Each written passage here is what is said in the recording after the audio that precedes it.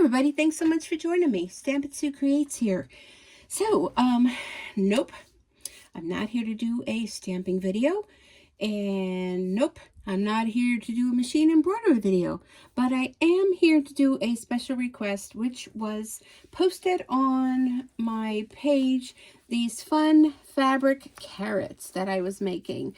And someone said, you know, hey, are you doing a video on that? Did you do a video on that?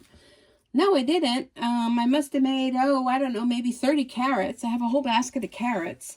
And because you asked, I am here to show you. These are so simple. That's why I didn't even think I needed to do a video. But someone said it wasn't so much about the video. They just, I guess, you know, missed hearing my crafting. So we're going to do some sewing. Okay, so we're going to sew these fabric carrots, and these are so much fun to make. And everything now, I don't know where you're looking, everywhere I'm looking, everything is carrots, carrots, carrots. So let's go ahead. I will show you how easy it is to do these. And I used up all of these greens. These greens I got from Amazon. They came in a bunch, and I just cut them. And I think they're perfect for carrot tops. But I'm going to show you another way that you can make them. The first way I made them, which I don't have any of those because I gave them all to my daughter, and was just using fabric. So if you don't want to do the investment of getting these greeneries, and they're just do a search on Amazon. I don't even have the name. I already threw out the package. I don't even have that. But it came in 2 separate bunches. And just look for faux carrot top plants, or I don't know what I look for, faux carrot top, and they actually came up, and I think they're pretty cute. And I mean, I did, let me show you the whole basket of carrots. I know, I just got carried away. I did this huge basket of carrots, and I used all the greenery in this. I don't even know how many carrots are here. I don't even know what I'm going to do with them all. Maybe like Easter setting with a name on it or something. I don't know. I just got carried away.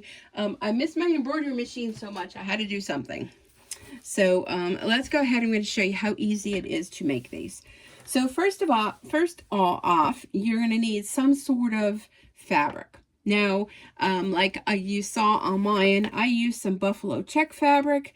I used the plaid fabric. This was actually something I had gotten from someone. It was their old stash. I used some polka dot fabric. I used this fabric that kind of had a texture to it, which looks texture. I can't speak tonight. It looks like it has a texture to it, but actually, you know, it's just fabric. So whatever it is, check your stash.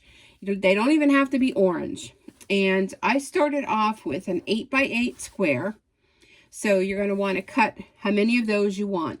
And I used my ruler, and I used my mat for cutting, and I used a rotary cutter. Be careful with these. They're very sharp. And then also what I cut was out of a green fabric. I cut 2 inches by 8 inches. So these are 8x8. Did I say that? They're 8x8 square. Or if you want to make them bigger or smaller, just adjust it to whatever size you want it to be. If you want your carrot, this is going to be your carrot top. Make it wider if you want it to be. These are 2x8. So 2x8 and 8x8. Okay. So these you can, I did originally press them, but I had to dig them out with my special request for tonight. So I just cut a few of them. I just figured, well, what the heck, I'll make a couple more, right? And then what you want to do is you want to take your fabric and you're going to fold it in half. Okay, it doesn't matter which way you do it, you know, totally however you want to do. And then, you know, you may want to press this, or you can just do a finger press. Okay, and I'm off a little bit. It's not really going to matter. We're not building a rocket ship here to go to Mars. And I tried to make enough room here. So what I'm going to do then is I'm going to go from this, the fold end over here. So from corner to corner, I'm going to cut with my rotary cutter. And I got to stand up to do this. So I'm going to put one at one end, one at the other. Keep your fingers out of the way and cut. Okay. All right. Let me close that up. Okay. So now what you have here is you have 2 rectangles. Now this one is like a pennant, so this will make 1 carat, and I'm a little bit off on the end there, but like I said, don't matter. And now this one you have 2, okay? So, oh, there goes the geese coming home to roost. So you'll be able to do carrots out of both of them. And let me show you first with this one. So we'll need a topper and we'll need a carrot. And let me slide my sewing machine in here. And I may have to readjust you guys, however you're set up here. Actually, that looks pretty good. So what I'm going to do is I'm going to take my carrot bottom and my carrot top. And I think I like to do it on this side. And you're going to align up the right sides together up to the top, like so. And let me pick it up so I can see it. Don't worry if it's not going to match exactly, but you're going to have that. Then what you want to do is about a 1/4 inch seam. Again, you know, give or take. You're going to go ahead and sew a stitch going down the whole length, and again, they're right sides together.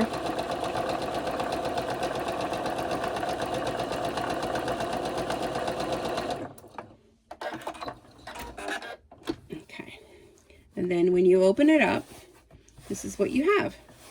So go ahead and finger press if you want to go ahead and go through the extra steps of actually pressing that. You can. I'm not going to. It's a carrot. So then you want to bring these 2 ends together, and I'm going to, now you can see here at the end, it doesn't really match. That's okay. Let's not worry about that. I'm going to use some pins, and I'm going to go ahead and pin these 2 sides together. Let me bring my little llama pin cushion over here. I'm just going to put pins right along there, having both ends meeting up like so, and then a little bit here at the top. Hold that in, and you know, while I'm here, I'm just going to cut that off. This way it'll be easier for me. Just have my pinking shears here, so just use those. Okay, so now, well, normally I would want to start at the top here, but I pinned it a little bit off kilter. So then what I'm going to do is I'm going to go ahead and start at the top or the bottom, whatever you feel comfortable. And I'm going to go ahead and back stitch. And I'm just going to make a seam. And take the pins out while I go. But my old machine that I used to have, this is a Singer Quantum Stylus 9960. With my old machine, I would just go and run over the pins, but I'm not sure with this machine how they would react to running pins over. You probably shouldn't run pins over, but you know, I used to. And all right. Many of you may think I probably would have had a brother sewing machine, right? Well, I don't. I have a Singer. I did my research. I wanted to get a new machine. So there's our little carrot. Now, let me show you what we're going to do with the second one. So with the second one, because we don't have a side seam, you're going to put these 2 together. Right sides together. Let me make sure I mention that. And then we're going to stitch a seam. So I did my research when I wanted to get a new machine over the summer. I had a little bit of extra income, and my other machine was, oh, I don't know, maybe, I couldn't tell you, 20 years old maybe. And not that there's anything wrong with it, but I kind of got spoiled with the embroidery machine in that it cut the thread and everything. So I got myself this machine. So then we have this. So we're going to go ahead and take another one of these strips. Now this one's going to be, of course, a little bit shorter because we had to do the seam and all. And then you're going to go ahead. Always back stitch front and back. Something I learned back gosh, I think I've been sewing since I was in grade school. I don't know, maybe middle school, I think it was, middle school, in home ec class. How many of you can relate to that? So I know we were always taught to backstitch. So then we have this out of that. And I'm going to go ahead, I'm going to trim this because, you know, we have the excess fabric there. I'm just going to trim it to match the triangle. And then we're going to stitch this just like we did the last one. So we're going to put our right sides together. And this one I'm going to start at the top here. So I remember to put my pins in the right spot. And I'm just going to pin this just to kind of keep it together. But that's where I first learned how to sew, was back in a home ec class. And I'll never forget. There's certain things I think in your life that you kind of don't forget. I loved that class. Absolutely loved it. It was all about setting the proper table. Let me just fix this up here. It was about some cooking. It's about sewing. I just loved all that stuff. And our first sewing project ever was, and I know I'm going to date myself, was a smock. And many of you remember smocks. And I can almost remember the fabric. It was like a crazy wild fabric. And we had these sewing machines that, well, you know, they were like, well, it was back in the day. You know, they pretty much didn't have all the fangled contraptions that they do now. But we made it. We sewed with them. And I remember we were able to take it home to work on it. Because, you know, you only had so many hours in school. And, okay, so there's my carrots. So there's my 2 carrots. And I'm going to get my little purple thing out. And my mother sewed. Actually, my mother used to make my clothes. Because I kind of had an odd shape growing up. You know, I'm not real tall, and I'm short-waisted.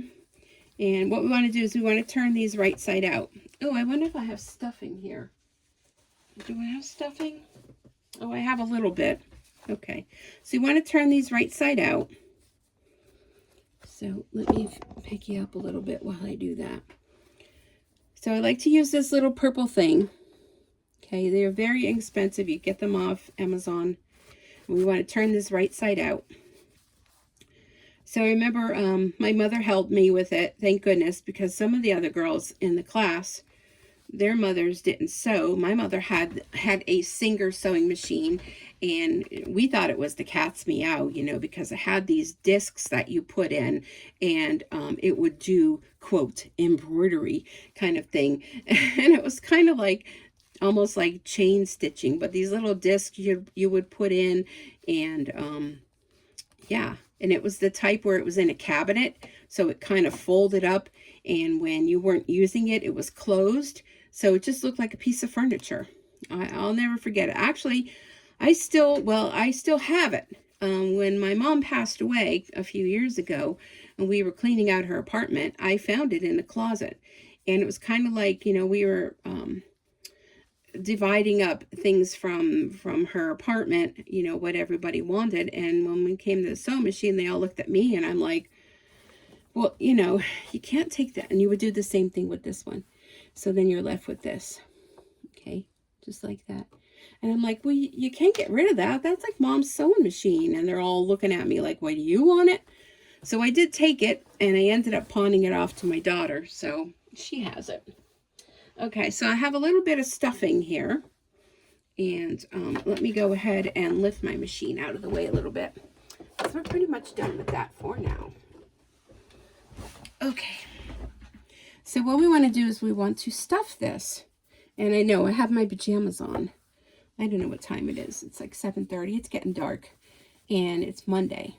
Monday, what's today's date? I only typed it 5,000 times.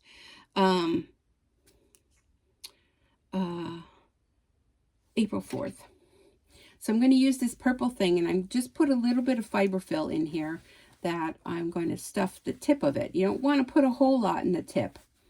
You just want to put a little bit, because you only have that little area. If you put too much, it's just going to like wad up and it's not going to go anywhere. Okay, so you kind of want to be careful. Don't use your scissors to do this. I've seen people use their scissors to do stuffing, and oh my gosh, you will poke right through the fabric.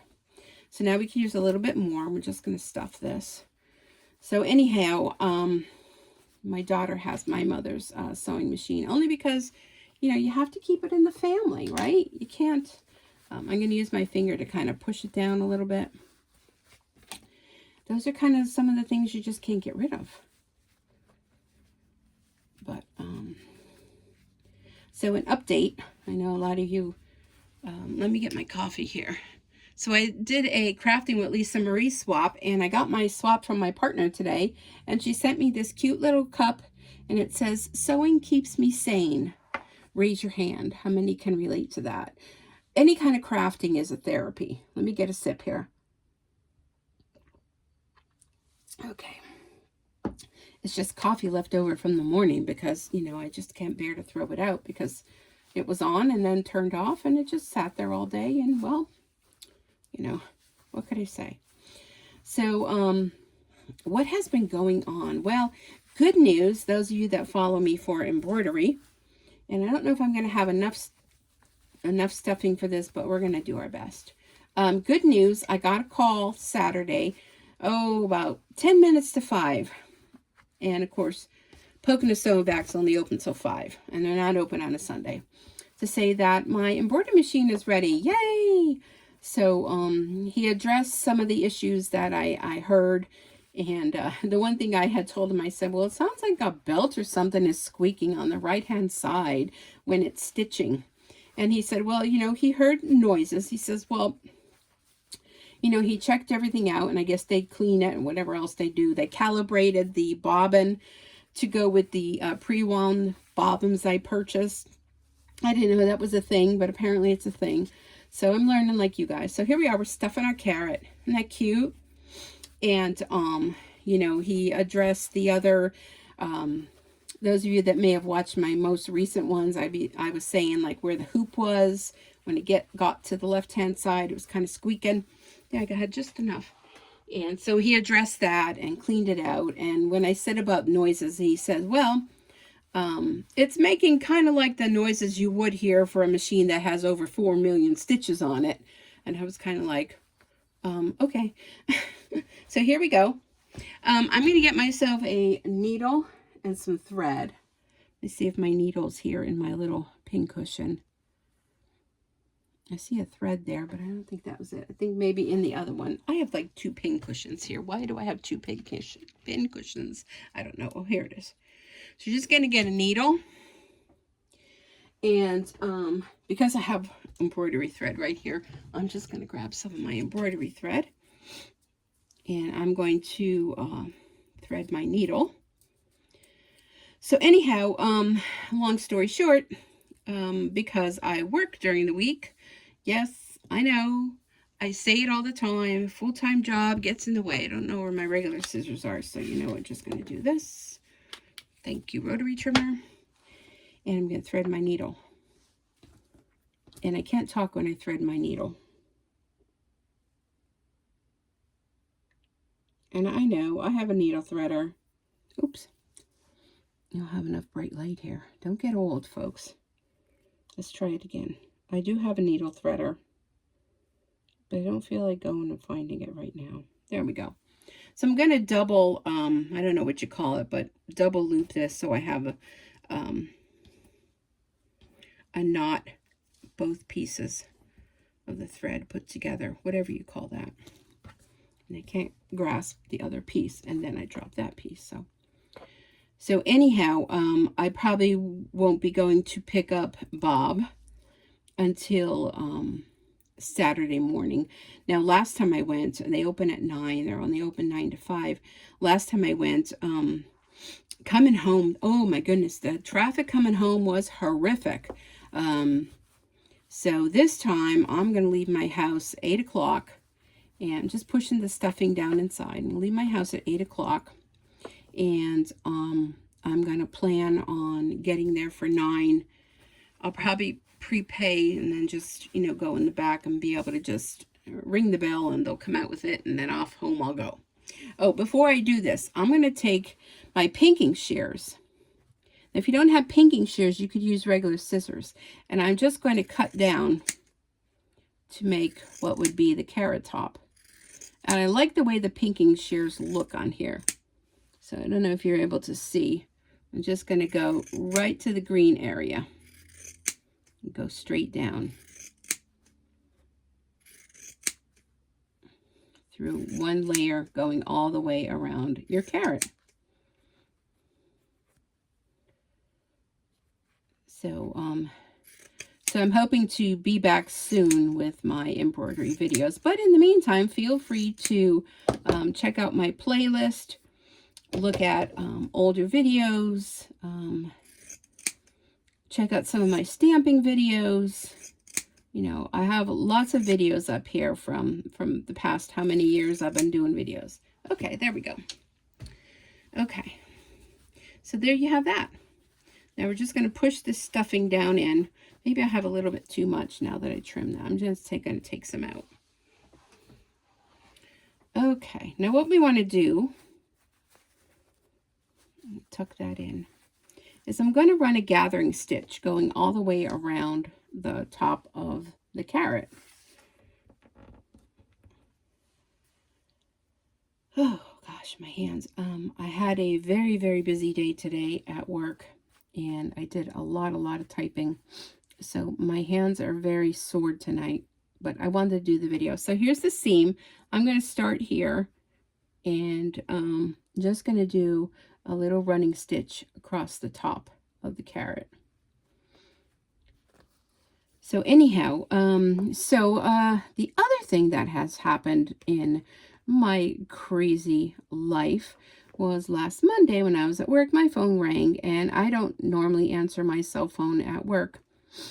And it rang a second time. Well, first time it rang, it said unidentified caller. So, of course, I'm not going to answer that. I don't normally answer my cell phone anyhow, but definitely not unidentified.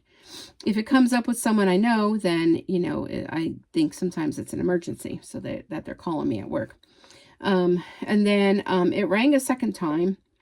And it was a different number, and I didn't recognize that number, so I thought, oh, I'm not answering that. But that's kind of odd that, you know, all of a sudden. And then it rang a third time, and it was the same number as the previous number, and I thought, boy, they're really persistent. So then all of a sudden I got notification that there was a voice message. Okay, so we're going to bring these two together, and we're going to pull it nice and taut. Don't pull too tight, because I have run into the problem where I kind of, you know, it pulled right through. Oops. So anyhow, it was a message from the local police department to tell me that my neighbor's car went into my house. Now I want to do that probably tighter, but we'll fix that. Okay, so then you have this gathered. You would want that to be tighter than it is. Like I said, I'm not good talking and crafting like this at the same time. So my neighbor's car went into my house, and I was like, what? So I tried calling them back, and I just got the police department, and I didn't get any person. And I thought, by the time I get a hold of somebody, just forget, I could be home. So left work, got home, and the power company was here, ready to turn the power off to my house. So what apparently had happened was a FedEx truck. Now, I live on the bottom of a hill. Small hill, but a hill nonetheless. A FedEx truck was making a delivery up the street. And I guess the guy, when he got out, I don't know what all happened, but he got out, and the truck's brakes let loose, and the truck came barreling down the road, according to my neighbor. And he apparently was chasing after the truck.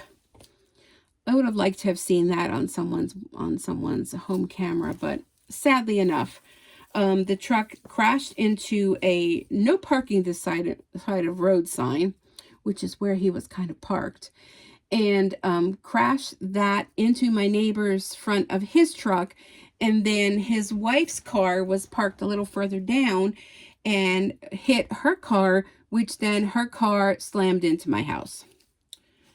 Yeah, I know. Weird, right? Okay, so now I have this raffia. Again, I got this from Amazon. And what I'm going to do is I'm going to wrap this around the top. And this will kind of gather that up because I didn't do such a good job with that before. So that's what happened. So luckily enough, no one was hurt. Now this should definitely have been stitched tighter. No one was hurt, which is good, right? However, my neighbor's car is like, I have to fix this. I gotta make this tighter. My neighbor's car was totaled because it kind of has an hourglass shape. She only has a little car. So from where the FedEx hit the side of her car and then pushed the other side of her car into the side of my house, kind of hit the front of my house and damaged the part of the electrical box on the outside. So wait, here we go again. So the electric company was here, that they had to shut off the power, and told me I had to get an electrician to come in and fix the box. And then, you know, because I live in the city, then I have to get the city inspector to come and inspect the work and okay it. Then after he does that, then I have to call the power company to come back and hook my power back up. So that was a fiasco, quite a fiasco. So while I was waiting for, I'm going to just stitch this again, just quickly. And I know many of you are probably watching this saying, well, you should have done it this way. I know. But it is what it is. So anyhow, that took most of the afternoon. This happened, about 10:30 or so in the morning. And by the time I got home, it was like around, lunchtime. So I was lucky enough that get electrician out here, got the inspector out here. So by probably about 5 o'clock that night, power was restored to my house, thank goodness. But I'm going to wrap this around. Maybe that'll help. So that's what's been happening. So here we are now a week later. And I got a hold of FedEx. And I got an adjuster's name. Then I waited how many days to hear back. And then she called me back finally and said, oh, because of the magnitude of the issue with all the vehicles involved, they have a different person that's going to handle it. So this other person is someone else that's going to work on the claim. So I had to call him, and I called him, and now I'm waiting because they apparently have to send out from FedEx, their insurance people, send out someone to come and analyze it. And apparently from what I'm hearing from my neighbor's insurance agent is that FedEx is taking full responsibility, as they should. Okay, so that's a little bit better. So I'll tell you what, embroidery is much easier than doing something like this. Especially when you're trying to tell a story and do this. Okay, let's see. Let's fix this. Okay, so there's our carrot. So if you wanted, you could leave it just like that if you want, or you can get yourself some raffia. And I have a long piece of raffia. And we're going to just wrap this around a few times and then tie a bow. So anyhow, that's the story. I know, crazy, right? But, thank God there's not a whole lot of damage to my house. It can all be fixed. Everything can be fixed. No one got hurt. I don't know what happened to the FedEx driver. He may have lost his job. I feel bad for him, but I mean, what are you going to do? Okay, I know I'm going to do a bad thing, use my pinky shears to trim this because that's what's here. Okay, so there you go. That is how you do the carrot. Now, I would have done this a little bit better had I not been talking so much.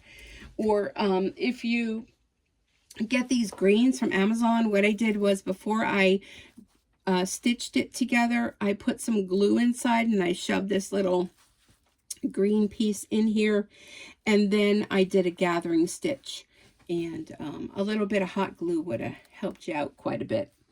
But anyhow, that is pretty much how the carrots are made. And you would go ahead and do the same exact thing with this one too, so that wouldn't be wasted.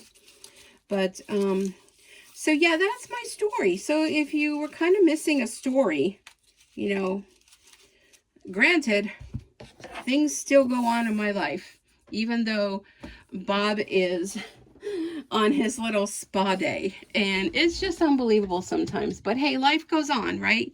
Things happen in life, and sometimes you just have no control over. So I just prayed to Jesus and said, thank you for, you know, helping me out to get everything settled and everything worked out. And yeah, that's my story. So I'm hoping by next week I will be back doing embroidery videos. If you don't follow me, I am on Facebook at SUEweet Bee Embroidery. I'll put that in the description. And I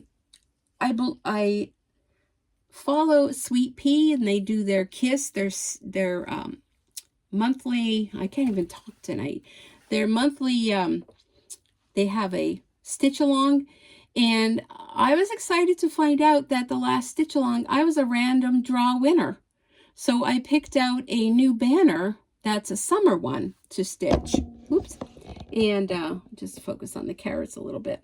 So I'm excited for that because that was my prize for winning. Is here is all the carrots.